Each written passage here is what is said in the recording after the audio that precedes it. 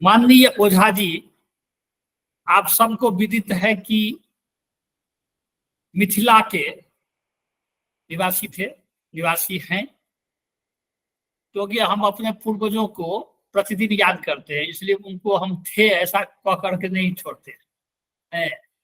अभी भी विद्यमान हैं, अभी भी उनको हम तर्पण करते हैं, जल देते हैं, तो हैं तभी तो देते हैं। जब रहते ही नहीं तो देता किसको?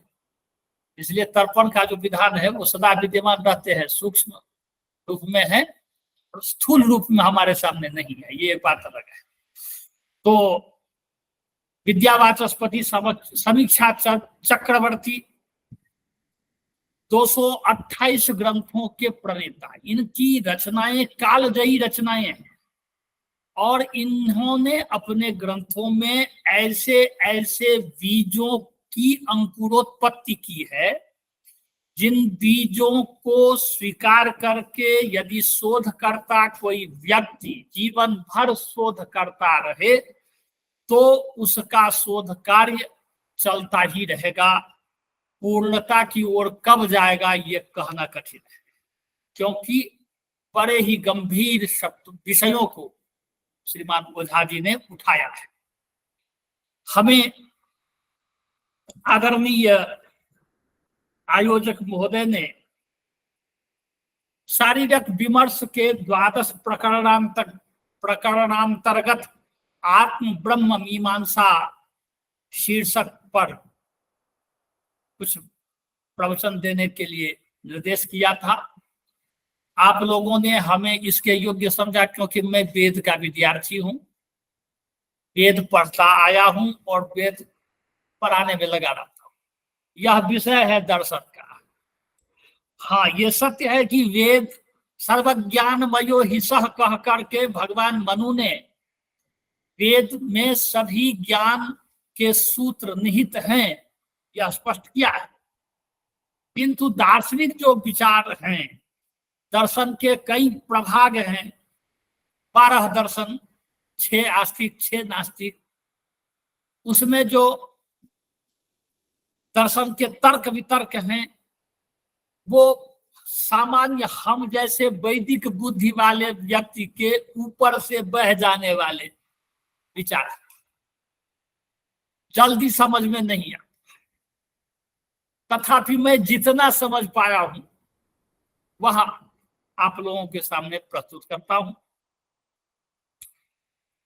भगवान श्री कृष्ण ने गीता में 15वें अध्याय में कहा है कि द्वाविमौ पुरुषौ लोके क्षरश्चाक्षर एव च क्षरः सर्वाणि भूतानि कूटस्थोक्षर उच्यते। यह जितने भी जीव हैं, इस संसार में जितना भी जीव शरीर है वो सब क्षर पुरुष है, और उस क्षर पुरुष के अंदर जो एक ईश्वर का सूक्ष्म भाव व्यवस्थित होता है वह अक्षर पुरुष के नाम से इस वाक्य में, उपनिषद वाक्य में जाना गया है। गीता में ही भगवान कहते हैं ईश्वरः सर्वभूतानां हृदय से अर्जुन तिष्ठति। अर्जुन से कहते हैं कि यह जो ईश्वर है वह सभी के हृदय प्रदेश में, सभी जीवों के हृदय प्रदेश में रहता है। तो वह जो हृदय प्रदेश में रहने वाला पुरुष है वह पुरुष अक्षर पुरुष है। अगला वचन है उत्तमः पुरुषस्त्वन्यः परमात्मेत्युदाहृतः यो लोकत्रयमाविश्य बिभर्त्यव्यय ईश्वरः। उत्तम पुरुष वह है जो तीनों लोकों में व्याप्त रहता हुआ परमात्मा के नाम से जाना जाता है। तीनों लोकों में व्याप्त है और परमात्मा के नाम से जाना जाता है। परमात्मा उसी को कहते हैं, परम का अर्थ होता है सूक्ष्म, अति सूक्ष्म, और उस अति सूक्ष्म तत्व के रूप में जिस ईश्वर को हम जानते हैं वह ईश्वर परमात्मा है, वह अव्यय है। अव्यय शब्द का निरूपण व्याकरण शास्त्र में इस प्रकार किया गया है, सदृशम त्रिशुलिंगेषु सर्वासु च विभक्तिषु वचनेषु च सर्वेषु यन्नव्येति तदव्यय। तीनों लिंगों में एक जैसा रहे, जो सातों विभक्तियों में जो एक जैसा रहे, और सभी वचनों में जो एक जैसा रहे। ऐसा जो शब्द है, जैसे च है, च को पुल्लिंग में बोलेंगे तो भी च, स्त्रीलिंग में बोलेंगे तो भी च, नपुंसक में बोलेंगे तो भी च, प्रथमा में बोले, सप्तमी में बोले, षष्ठी में बोले, एक वचन, द्विवचन, बहुवचन, किसी में भी बोले वो च ही रहेगा, उसमें चौचा चह चौचाह नहीं होगा। तो च इत्यादि जो बहुत सारे शब्द हैं वो सब अव्यय पद कहलाते हैं, क्योंकि उसमें किसी भी विभक्ति में, किसी भी वचन में, किसी भी लिंग में कोई परिवर्तन नहीं आता, इसलिए वो अव्यय का। यह जो अव्यय पुरुष की बात हम कर रहे हैं, वह पुरुष भी उसी तरह का है। उसमें से नित्य ज्योतियां निकलती हैं, वह अक्षर और क्षर के माध्यम से संसार में विस्तारित होती हैं, किंतु उन ज्योतियों के निकलने से उस तत्व में कभी कोई कमी नहीं आती, इसलिए उसमें से निकलने के बावजूद भी व्यय नहीं होता, वह यथावत रहता है, अपने स्वरूप में रहता है, इसलिए वो अव्यय तत्व कहलाता है। अब इस पर थोड़ा और विचार करते हैं, क्योंकि यह जो आत्म ब्रह्म मीमांसा का शुरुआत किया है माननीय ओझा जी ने, केवल आत्मा शब्द से शुरू किया है, आरंभ किया है। केवल आत्मा निरुक्ति ही ऐसा इसका शीर्षक है। अब केवल आत्मा किसको कहेंगे, तो ओझा जी ने इस आत्मा को सर्वप्रथम 3 विभागों में बांटा है, जीवात्मा, ईश्वरात्मा और केवल आत्मा। जीवात्मा जो है, जिसकी बात हम अभी कर रहे हैं, जो क्षर पुरुष है वह जीवात्म स्वरूप है, जो अक्षर पुरुष है वह ईश्वरात्म स्वरूप है, और जो अव्यय पुरुष है उसको हम केवल आत्मा के कोटि में लेते हैं, है नहीं लेकिन लेते हैं। अब हम आगे चलते हैं, इससे थोड़ा आगे एक कदम।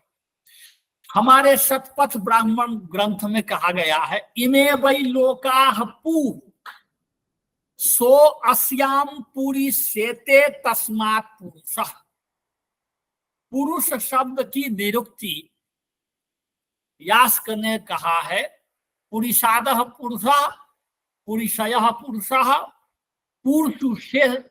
पुरुषु शेते इति पुरुषः। तो इमे वै लोकाः पूः, यह जो शतपथ ब्राह्मण का टेक्स्ट है, यदि इसको हम ठीक से समझ लें कि ये जितने भी लोक हैं, 7 लोक ऊपर हैं, भू भुवा स्व मह जना तप सत्यम, और 7 लोक नीचे हैं, ये 14 भुवन कहलाते हैं। इन 14 भुवन में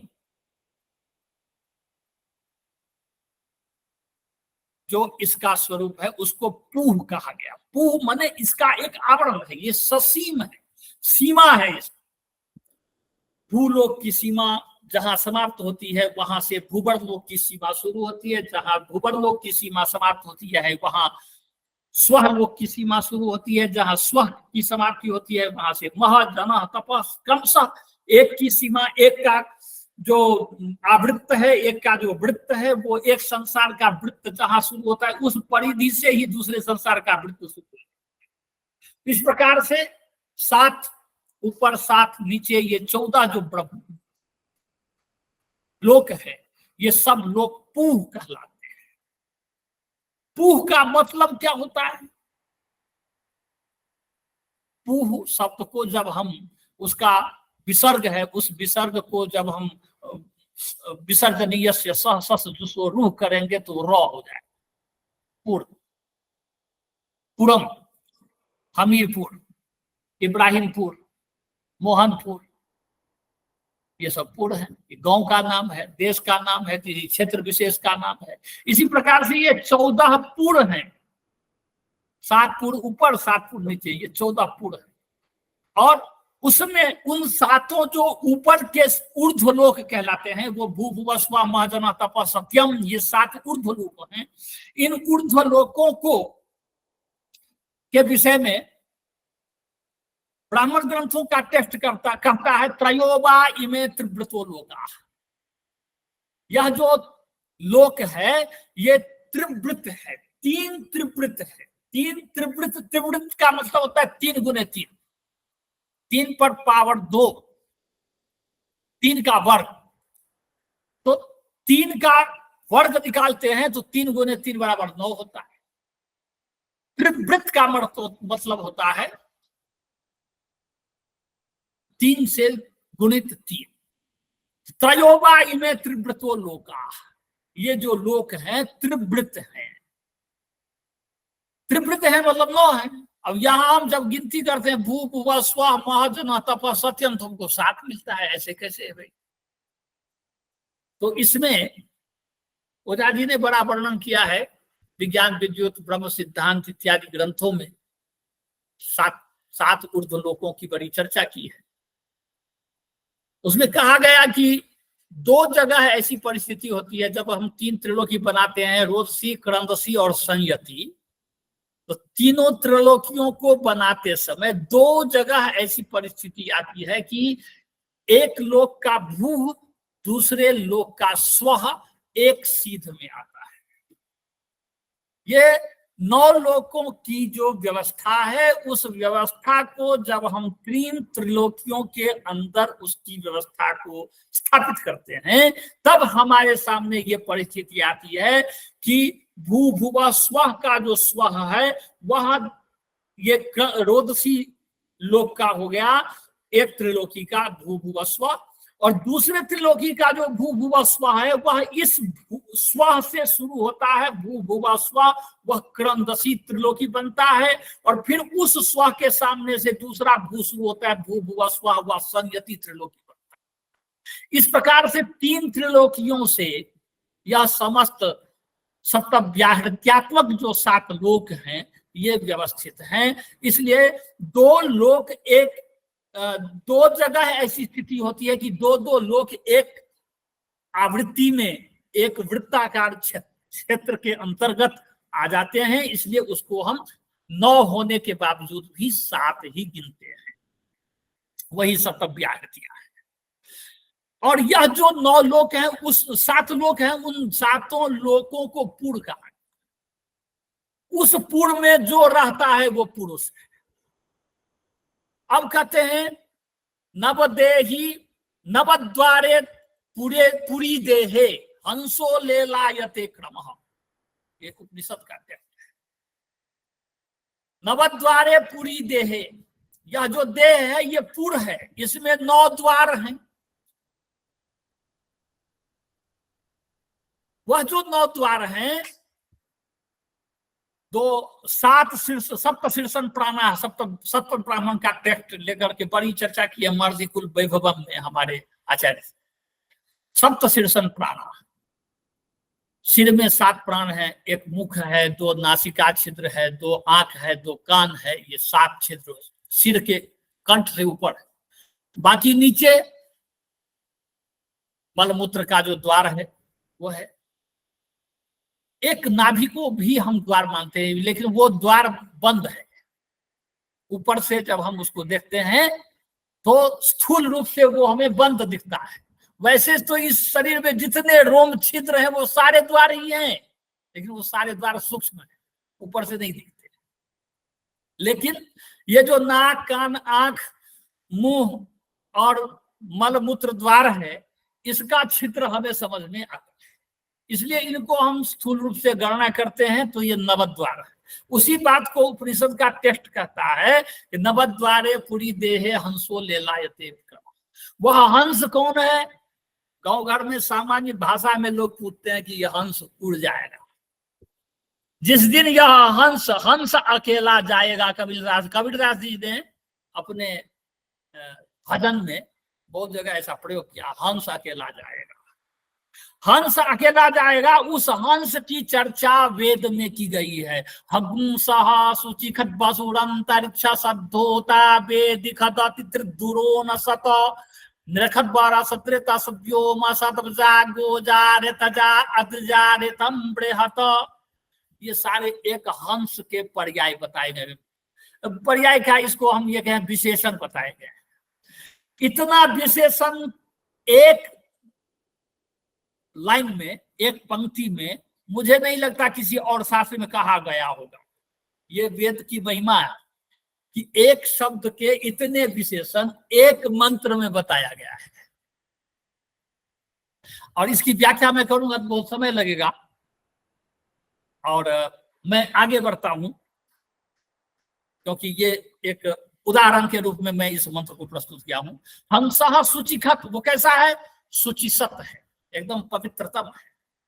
वसु, वसुर्वे धनम वसुर्वे यज्ञ, जिस अर्थ में लें वो धन भी है, वो यज्ञ है, अनेक अर्थ। अष्टवसु नाम के देवता भी है, वो देवता है। तो हंसः शुचिखत वसु अंतरिक्ष सत, वो अंतरिक्ष स्वरूप है। वेदी सत, वो यज्ञ में जो वेदी बनाते हैं वो वेदी रूप है। द्रोण सत, द्रोण कलश जिसमें हम सोम रस रखते हैं, सोम रस रखने का जो मुख्य पात्र है सोम यज्ञ में होता है, द्रोण कलश कहते हैं उसको, वो द्रोण सत, वो द्रोण कलश रूप है। नृसत, नृ मन मनुष्य, मनुष्य के जैसा है। वर्षत, वर्षा करने वाला पर्जन्य देव के समान है, वेद के समान है, आकाश के समान है, अंतरिक्ष के समान है। अंतरिक्ष मेघ निर्माण केंद्र अंतरिक्ष को कहा गया है वेद। वर्षत, निर्खात वर्षत, व्योम सत, आकाश रूप है। गोजा, ऋतजा, अद्रजा, ऋतम, बृहत, ये सब उसके विशेषण है। इस तरह का जो वह हंस है, वह हंस रूप परमात्मा, ईश्वर अंश जीव अविनाशी, ये गोस्वामी तुलसीदास जी ने मुक्त कंठ से कहा है। तो ईश्वर का अंश रूप जो वह अक्षर तत्व है, कूटस्थोक्षर उच्यते, या जो भगवान कृष्ण ने गीता में कहा है, वह हमारे शरीर के अंदर एक घेरावे के अंदर विद्यमान है। वो कहाँ है? तो भगवान ने स्पष्ट कहा, हृदय से अर्जुन तिष्ठति। है अर्जुन, वो कहाँ रहता है? तो हृदय, हृदय प्रदेश में रहता है। अब हृदय क्या है? हृदय में हम दो बात समझने का प्रयत्न करते हैं। एक तो हृदय शून्य है, उसमें कुछ है ही, खाली स्थान है। रिक्त स्थान जहां कहीं भी है उसको हम अनंत मानते हैं, और वो अनंत क्या है? तो आकाश का स्वरूप है, वह इस शरीर में है। उस स्वरूप पुरुष की जो अक्षर पुरुष रूप में, प्राण के रूप में हमारे शरीर, हम सब जीवों के शरीर के अंदर व्याप्त हुआ है, उपस्थित हुआ है, जिसके उपस्थित होने से हम बोलते हैं, चलते हैं, सारी क्रियाएं करते हैं, जिसके नहीं रहने से हमारी सारी क्रिया अवरुद्ध हो जाती है, वह जो तत्व है, परम तत्व, वह अक्षर पुरुष है। उसमें से क्षरण नहीं होता, क्योंकि वो इस शरीर में रहता हुआ भी इस शरीर में होने वाले सुख दुख का भागी नहीं होता, उसके फल भोग को वो नहीं करता। कैसा रहता है? तो उदाहरण दिया है ऋषियों ने, पद्म पत्र मीमांस, जिस प्रकार से जल में ही उत्पन्न होने वाले कमल के पत्ते जल के ऊपर ही सदा अहरनिश रहते हैं, फिर भी जल का बूंद उस पत्ते के ऊपर टिकता नहीं है, मोती जैसे छलक कर निकल जाता। तो पद्म पत्र मीमांसी, वह जो परमात्मा है, जो हमारे शरीर के अंदर विद्यमान है, अक्षर पुरुष जिसको हम कहते हैं, वह जो ईश्वरात्मा है, जो इस जीवात्मा में प्रविष्ट है, वह ईश्वरात्मा पद्म पत्र मीमांसी हमारे इस जीव तत्व के, जीव शरीर के द्वारा किए गए अच्छे बुरे कर्म के फल को नहीं भोगता है, उससे वो निर्लिप्त रहता है। इसी बात को ऋग्वेद का टेक्स्ट कहता है, द्वा सुपर्णा सौजा सखाया समानम वृक्षम परिखस्व जाते तरो रंग्यः पिप्पलम स्वादवती अनस्मन नन्यो अभिचाकसी। एक ही वृक्ष पर दो सुंदर पक्ष पंख वाले पक्षी रहते हैं, द्वा सुपर्णा सयुजा सखाया समानम वृक्षम परिशस्व जाते, वो एक ही वृक्ष पर रहते हैं दोनों पक्षी, दोनों के सुंदर पंख हैं। उन दोनों पक्षियों के स्वभाव में बिल्कुल ही भिन्नता है। क्या भिन्नता है? तयोरन्यः पिप्पलम स्वादवत्, उसमें से जो एक पक्षी है वह उस वृक्ष में लगने वाले जो फल हैं उन फलों को खाकर उस फल के मीठे स्वाद का आस्वादन लेकर आनंदित हो। अनसनन अन्यः अभिचाकसिति, और दूसरा जो पक्षी है रहता है उसी वृक्ष पर, लेकिन वो खाता कुछ नहीं है, उस पक्षी को खाकर आनंदित होता हुआ देखकर आनंदित। दोनों पक्षी में ये ऋग्वेद का है। वेदों से ही दर्शन निकले, मैं थोड़ा बहुत उसी को चर्चा में लाऊंगा क्योंकि उससे ज्यादा मुझे दर्शन आता नहीं। तो यह जो ईश्वर आत्मा है जिसको हम अक्षर पुरुष के नाम से समझते हैं, वह अक्षर पुरुष और अव्यय पुरुष जिसको हम परम पुरुष, जो उसका मूल रूप है अक्षर पुरुष का, ये तीनों ही पुरुष, अक्षर पुरुष और अव्यय पुरुष, ये तीनों ही पुरुष है। और वो पुरुष जिसमें रहता है, जिस पुर में, इस शरीर में रहता है, इस शरीर को हम पुर कहते हैं। इस लोक में रहता है, इस लोक को हम पुर कहते हैं। सहस्र शीर्षा पुरुषा सहस्राक्ष सहस्रपात संभूमि गुण सर्वतस्त्वात् दशांगुलम, वह अनंत सिर वाला, अनंत हाथ वाला, अनंत पैर वाला, अनंत आंखों वाला जो परमात्मा है, वह परमात्मा इस संसार में सब जगह व्याप्त रहता हुआ दशांगुल परिमित क्षेत्र में रहता है। अत्यतिष्ठत दशांगुल, और वो दशांगुल कहाँ है? तो सायणादि भाष्यकारों ने, महीधरादि भाष्यकारों ने दशांगुल परिमित क्षेत्र का वर्णन करते हुए कहा, नाभितः हृदय पर्यंतम दशांगुलम, दशांगुल परिमितम क्षेत्रम। नाभि से हृदय पर्यंत जो स्थान है उसको 10 अंगुल होता है मापने पर, वह दशांगुल परिक्षेत्र है जिसमें वह पुरुष प्राण तत्व के रूप में रहता है, वह ज्योति रहता है।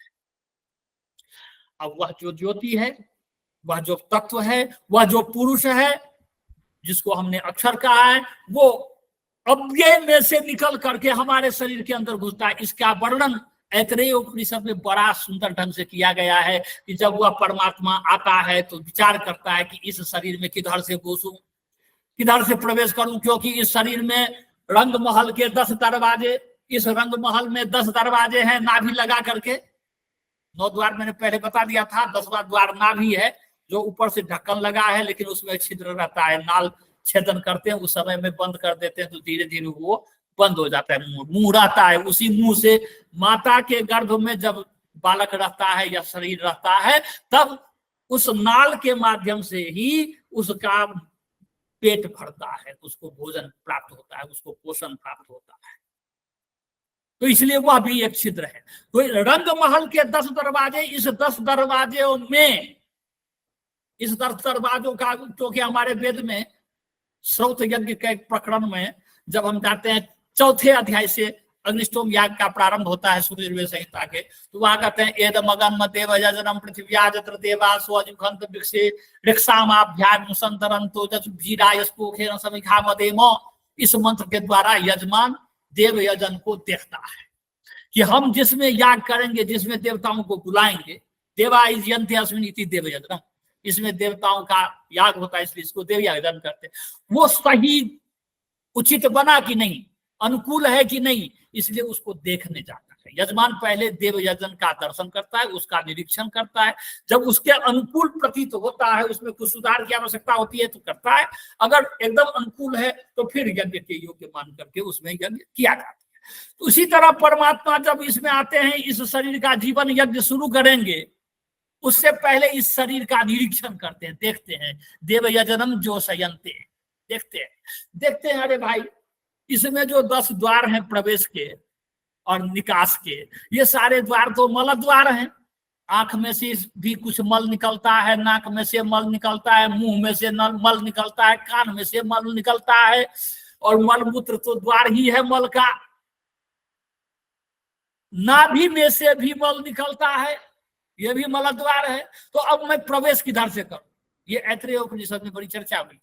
तब मूर्धाम विदार्य, वहां प्रयोग किया है ऋषि ने, मूर्धा को फोड़कर यहां फोड़कर सीधे इधर से परमात्मा प्रविष्ट होते हैं, और फिर उस पर से तुरंत उसको ढक्कन लगा दिया जाता है। उस ढक्कन की चर्चा ईशावास्योपनिषद के अंतिम मंत्र में किया गया है।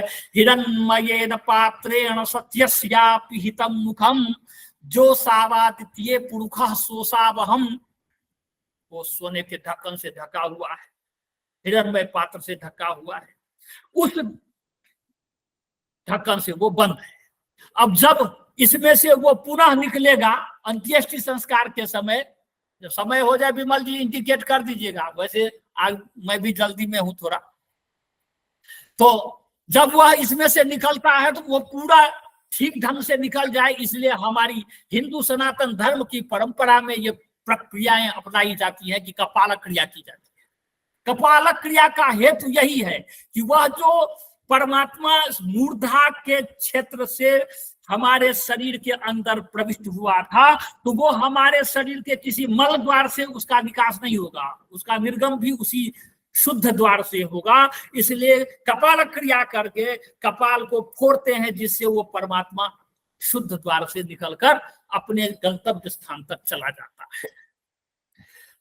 सूर्यात् भवन्ति भूतानि सूर्येन पालितानि तु सूर्ये लयम ही गच्छन्ति, यह सूर्य सोहमेव च, जिस सूर्य से हम उत्पन्न हुए हैं उसी सूर्य में हमको जाना है। इस परमात्मा का जो आगमन हुआ है वो सूर्य लोक से हुआ है, और वह यहां से निकलकर पुनः सूर्य लोक में जाएंगे। सूर्य लोक तो स्वलोक में है, भू भुवा स्व, स्वलोक, स्वलोकम प्रतिगमनम स्वर्गः। हर एक जीव की यहाँ यही कामना है कि मैं स्वर्ग में जाऊं, इसलिए अग्निहोत्रम यजेत स्वर्ग कामः, दर्श पूर्ण मासाभ्याम यजेत स्वर्ग कामः, अग्निष्टोमेन यजेत स्वर्ग कामः। जिस किसी भी कर्म को हम करते हैं, मेरा मूल उद्देश्य है हमारा कि हम स्वर्ग में जाए। स्वर्ग में क्यों जाए? तो स्वर्ग से आए हैं, स्वर्ग में जाएंगे, नरक से नहीं आए हैं। ये जो कल्पना सब है, उस कल्पना को वेद नहीं मानता। नरक में, फला चिला में, वो कुछ नहीं। जिसका भी जन्म होता है सूर्य से जन्म होता है, सूर्य स्वर्ग लोक में है। तावान वास्तु न्युष्टमसि गमद्यै जत्र गावो भूरि श्रृंगा आयासः अत्राह तदुरुगायस्य विष्णोः परमं पदमव भाति भूरि। विष्णु के परम पद कहे गए। परम पद का मतलब क्या है? शुक्ल पुरुष सूक्त में त्रिपादूर्ध्वमुदयित पुरुषः पादोस्येहा भवत्पुनः, वह परमात्मा 3 पैर लेकर ऊपर बैठा है, उसके 3 पैर ऊपर हैं, वो उत्तम चरण है। 3 पैर जो हैं उसके, वो उत्तम पैर हैं। उन तीनों उत्तम पैरों को लेकर परमात्मा ऊपर बैठा है, और एक पैर से यह एक पदी सृष्टि है। यह जो सृष्टि जिसमें हम लोग हैं, सारे चराचर जगत है, यह एक पदी सृष्टि है उस परमात्मा की। उसके एक पैर में ये सारी सृष्टि झूल रही है, लटकी हुई है, सिमटी हुई है। तो वह जो एक पैर है यह तो मर्त्य भुवन है। बाकी त्रिपादस्यामृतम दिवि, उसका 3 पैर जो है अमृत है, अमृत स्वरूप है। कहां पर है? तो द्युलोक में, दिवी जीवी द्युलोके तिष्ठति, उसके 3 पैर ऊपर हैं। वो 3 पैर कौन से हैं? ऊपर वाले। नीचे वाले तो हम समझ गए कि ये पूर्व जो है, पूर्व, यह नीचे वाला पैर हुआ, ये नाशवान है, ये क्षण है, नष्ट होगा, जाएगा, आया है, गया, जाएगा, तय है इसका। ध्रुवम जन्म अमृतस्य च, जन्म फिर भी लेगा, ये भी भगवान स्पष्ट कह दिए। लेकिन वह जो 3 पैर है भगवान का, जो उत्तम पैर है, वो कौन सा है? तो कहते हैं पहला पैर चरण हुआ पुर, जो यह हुआ इस संसार का अक्षर पुरुष रूप में। अब दूसरा जो पुर है वह क्षर, अक्षर और अव्यय पुरुष के नाम से जिसको हम जानते हैं, वह तीनों पुरुष उस पुरुष के नाम से जाना जाता है। दूसरा चरण उनका पुरुष है। तो पुरुष में उत्तम पुरुष हुआ, परम पुरुष हुआ परमात्मा, जो जिसको हमने अव्यय के नाम से जाना है। उत्तमः पुरुषस्त्वन्यः परमात्मेत्युदाहृतः यो लोकत्रयमाविश्य बिभर्त्य अव्यय ईश्वरः। वह जो अव्यय ईश्वर है, अव्ययात्मा है, वह अव्ययात्मा तक जो पुरुष का स्वरूप है, वह दूसरा चरण हुआ परमात्मा का। अब आता है तीसरा चरण, क्या है भाई? तो अक्षर पुरुष के बारे में मुंडकोपनिषद में कहा गया, यथोर्ण नाभि सृजते गृह्णते च। जिस प्रकार से ऊर्ण नाभ कहते हैं मकड़ी को, मकड़ी जाल बुनती, और जाल बुनती है जब तक उसके शरीर में सामर्थ्य होता है बुन करके फिर चला जाती है। ऐसे ही अक्षर पुरुष इस संसार में जीव के शरीर में प्रविष्ट होते हैं, फिर उसमें से निकल करके चले जाते हैं। किंतु वह स्वयं कैसा है? तो कहते हैं न जायते म्रियते वा कदाचिन नायम भूत्वा भविता बहान भूया अजो नित्यः शाश्वतोयम पुराणो न हन्यते हन्यमाने शरीरे। वह इस शरीर में रहता हुआ भी, यह नाशवान शरीर में रहता हुआ भी स्वयं अविनाशी है। कौन? अक्षर।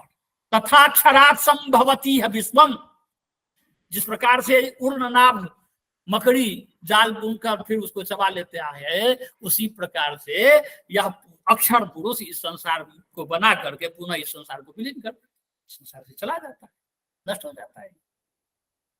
और अब आगे हम आते हैं, उत्तम पुरुष हो गया परम पुरुष। परात अपि परः परात, पर से भी पंचमी विभक्ति करेंगे, पर से भी जो पर है वो परात पर है। तो पर से परम पुरुष हो गया, पर पुरुष हो गया, परम पुरुष हमारा अव्यय पुरुष। उससे भी जो उत्तम है वो हुआ परात पर। परात पर के लिए भी उपनिषदों में टेक्स्ट आता है, यथा नद्यः स्यन्दमानाः समुद्रे अस्तम गच्छन्ति नाम रूपे विहाय। जिस प्रकार से नदियां, गंगा आदि नदियां बहती हुई अपने नाम और रूपों को त्याग कर समुद्र में मिल जाती हैं। समुद्र में मिलने के बाद उसका नाम गंगा, यमुना, सरस्वती आदि कुछ नहीं रहता, वो समुद्र हो जाते हैं। समुद्र मासाद्य भवन्त्यपेया सुस्वादु तो या प्रभवंती नद्याः समुद्र मासाद्य भवन्त्यपेया।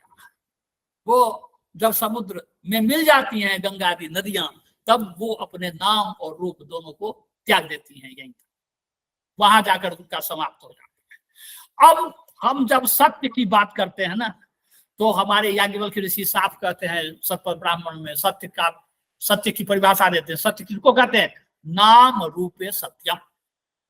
जिसका नाम है, जिसका रूप है, वही सत्य है।